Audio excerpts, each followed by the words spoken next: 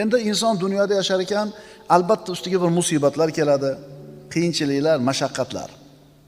Mana shunday holatda inson o'zini yo'qotib qo'yadi, istirobga tushadi, dovdirab qoladi.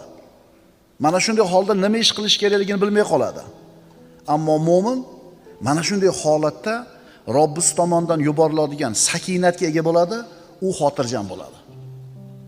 Mana shunday bir mashaqqat, qo'rquv, xavotir, vahima kelgan paytda mu'min banda Allohga qanchalar yaqin bo'lsa, islomida, iymonida qanchalar mustaqim bo'lsa, taqvosida qanchalar mustahkam bo'ladigan bo'lsa, shunga yarasha Alloh taolo unga sakinatni tushiradi. Xotirjam bo'ladi. Kim aytgani bo'ladi deydi? Allohda aytgani bo'ladi deydi. Hammani boshini qo'tirib qo'ygan, hayron qoldirgan, aqllarni qulflab qo'yadigan balolar, musibatlar kelganda Alloh o'zini mana shunday taqvoli mo'min bandasini qalbiga sakinatni tushiradi. Ana shu sakinat sababli mo'min xotirjam turadi, dovdirab qolmaydi. Mana payg'ambarimiz sollallohu alayhi vasallamning hijrat kunini eslaylik. Rasululloh sollallohu alayhi vasallam 10 dan ortiq sababni qilib eson-omon Madinaga yetib olishlik uchun 10 dan ortiq sababni qildilar, g'orda o'tiribdilar. Lekin bu sabablarni bittasi ham foyda qilmadi. Quraysh o'sha g'orda oldiga bordi. Rasululloh sollallohu alayhi vasallam va Abu Bakr Siddiq radhiyallohu anhu ularni oyoqlarini ko'rib turishar edi. Shunda Abu Bakr Siddiq xavotirga tushdi, yig'ladi. Nimaga yig'layapsiz ey Abu Bakr? Ya Rasululloh, agar engishib bittasi oyog'ini tagiga qaraganida bizni ko'rib qolar edi. Payg'ambarimiz nima dedilar? Mana Alloh tomonidan tushirilgan sakinatki, iz yaqulu li sohibihi la tahzan. Innalloha ma'ana. O'shanda o'zining sohibiga aytgan edi, mahzun bo'lmang, zero Alloh biz bilan birgadir. Mana haqiqatan qo'rquv holati, xavotir. 10 ta odammi, 20 ta odammi mushriklar chiqib g'orda oldiga kelishdi. Izlar shu g'orga kirib ketayotganligini ko'rishdi. Lekin bittasi engashib qaramadi.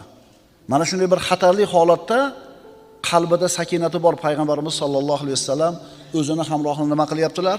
Tinchityaptilar. Xotirjam bo'ling. Ma zannuka ya Abu Bakr bi isnayn Allohu salisuhuma. 3-she'riga Alloh bo'lgan ikkita odam haqida qanday gumondasiz ey Abu Bakr? Ana sakinat. Xandaq kuni, Hunayn kuni, Hudaybiya kunlari.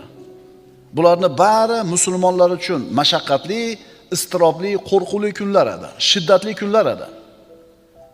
Alloh hammamizni o'zini ofiyatda saqlasin, lekin bandamiz boshimizda har xil kunlar bor.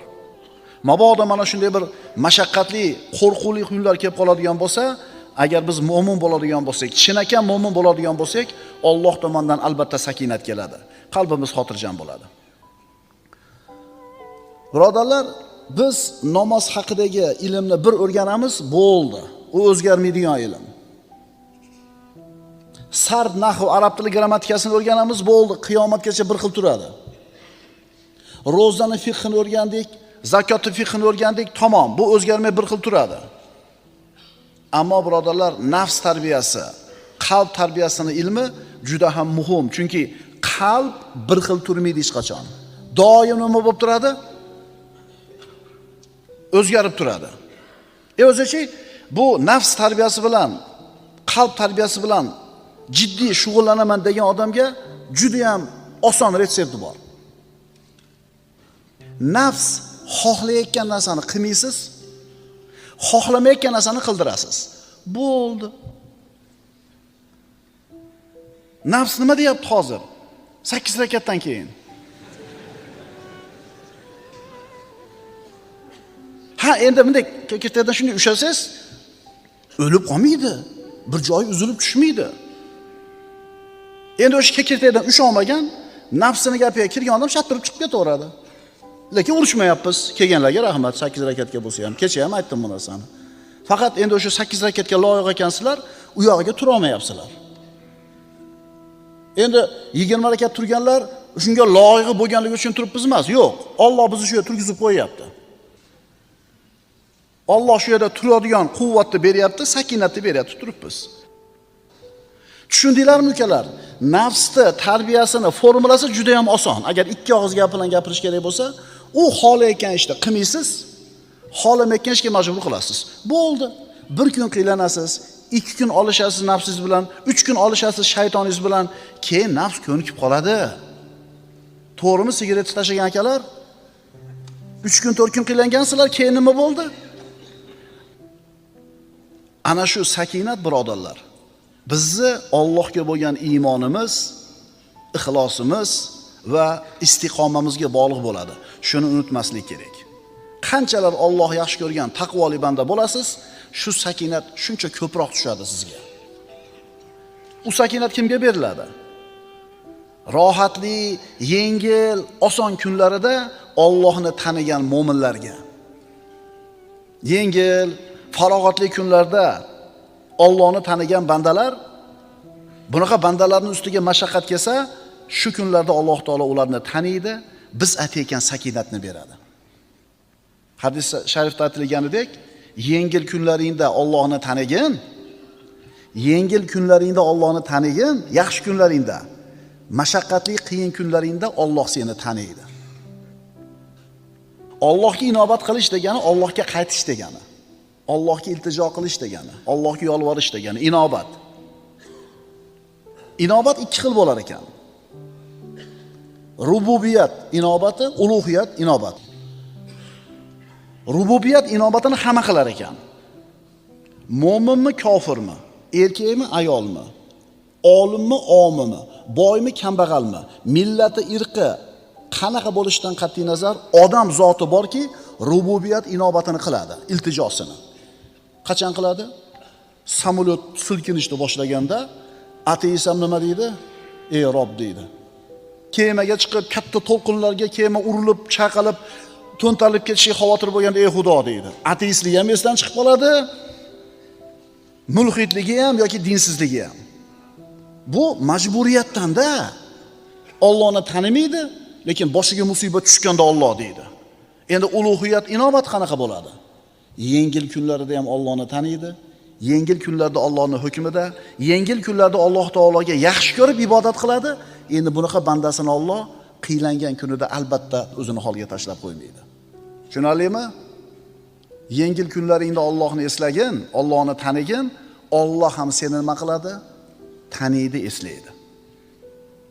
Ulamolardan biri aytadi: ustimga mashaqqat kunlari keladigan bo'lsa, sakinat haqidagi oyatlarni o'qiyman. Ana shu narsani o'qir ekan, ustimga qiyinchilik kelganda shu sakinat oyatlarini o'qib, uni ta'sirini hayotimda his qildim deydi. Mana shu nasihat ko'rsatma birodarlar. Agar ishlar og'irlashsa, qalb iztirobga tushsa, sakinat oyatlarini tilovat qiling. Bu sakinat Alloh taolo mo'min bandalarga ato qilgan inomi bo'ladi. U mo'minlarga xos bo'ladi. Sakinatning ta'rifi. Sakinatning asli xotirjamlik va viqor. Xotirjamlik va viqor. Masalan, falonchi odamda sakinat bor desa, demak uni qalbi xotirjam, ichi xotirjam, ustida viqor bor. Haybat bor, salobat bor.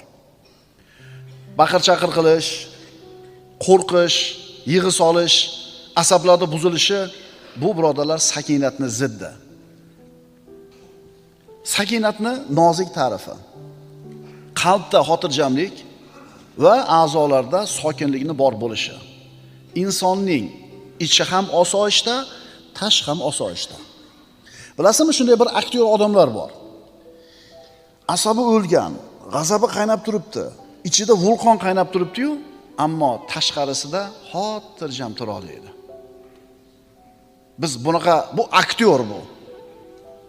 Biz bunaqa xotirjamlikni aytmayapmiz. Biz aytayotgan xotirjamlik, sakinat ustida qanday osudalik, viqor, xotirjamlik bo'lsa, qalbida ham shu narsa bor. Mo'min banda osoyishta bo'ladi, sokin bo'ladi. Xuddi salobatli bir tog'dek. Mo'min jazavaga tushmaydi, vahimaga tushmaydi, panika qilmaydi, yiqilib qolmaydi, o'zini yo'lidan chiqib ketmaydi, idish tovoqni yerga urmaydi, eshikni tepmaydi, so'kinmaydi, xotirjam bo'ladi, halim bo'ladi. Mana shu kishini muomalada, odamlar bilan qilayotgan muomalasida muloyim, halim bo'lib turganligi uni qalbida sakinat borligiga bir ishora bo'ladi. Birodarlar, bilasizmi, xulq, go'zal xulqlarning sayyidi bu hilm deyiladi, muloyimlik. Shuning uchun aytiladi, kadal halimu an yakuna nabiyan. Halim odam, muloyim odam nabiy bo'lishiga sal qoladi. Nabiy bo'lmaydi, hech kim payg'ambar bo'la olmaydi, ammo halim odam nabiylikka yaqin bo'lib qolar ekan. Endi hammamiz o'zimizni halim deb bilamiz-da, to'g'rimi? Endi bu halimlik ham ikki xil bo'ladi, birodarlar. Kimdir Alloh taolo shu halim qilib yaratib qo'ygan, tabiati muloyim, yumshoq odam bo'ladi. Kimdir bunaqa emas, nervi tez chiqadi, qo'pol, qattiq, dag'al. Endi ikkalasi halimlik qilsa, qaysirisini savobi ko'proq bo'ladi? Muhim narsa, agar qalbga sakinat o'rnashgan bo'lsa, kirgan bo'lsa, uni xotirjam qilib qo'yadi. Tana a'zolari sokin bo'ladi, viqor bo'ladi, tili hikmat va haqni so'zlay boshlaydi. U bilan yolg'on, fahsh, botil, bekorchi so'zlar orasi to'silib qoladi. Abdulloh ibn Abbos aytadi, biz aytar edik, Umarning tilida va qalbida sakinat gapirar edi. Umar roziyallohu anhuning tilida va qalbida sakinat gapiradi der edik. Ya'ni qalbidagi sakinat uni tilini va qalbini gapirtirar edi. Birodarlar, sakinat nima desa, samarasiga qarab turib bilib olishimiz kerak bo'ladi. Sakinatning samarasi qalbdagi rozilik, ishonch, qalbdagi osoyishtalik, tabiatdagi bosiqlik. Vallohi mo'min banda agar Allohga yaqin bo'lsa, agar Alloh unga sakinatni bergan bo'lsa, uni qalbida shunday bir xotirjamlik bor bo'ladiki, agar xavotir, qo'rquvda turgan butun bir shahar ahliga tarqatsa, mana shu undagi sakinatni hammasini xotirjam qilib qo'yadi. Mana shular sakinatni ochiq ko'rinib turgan mevalari.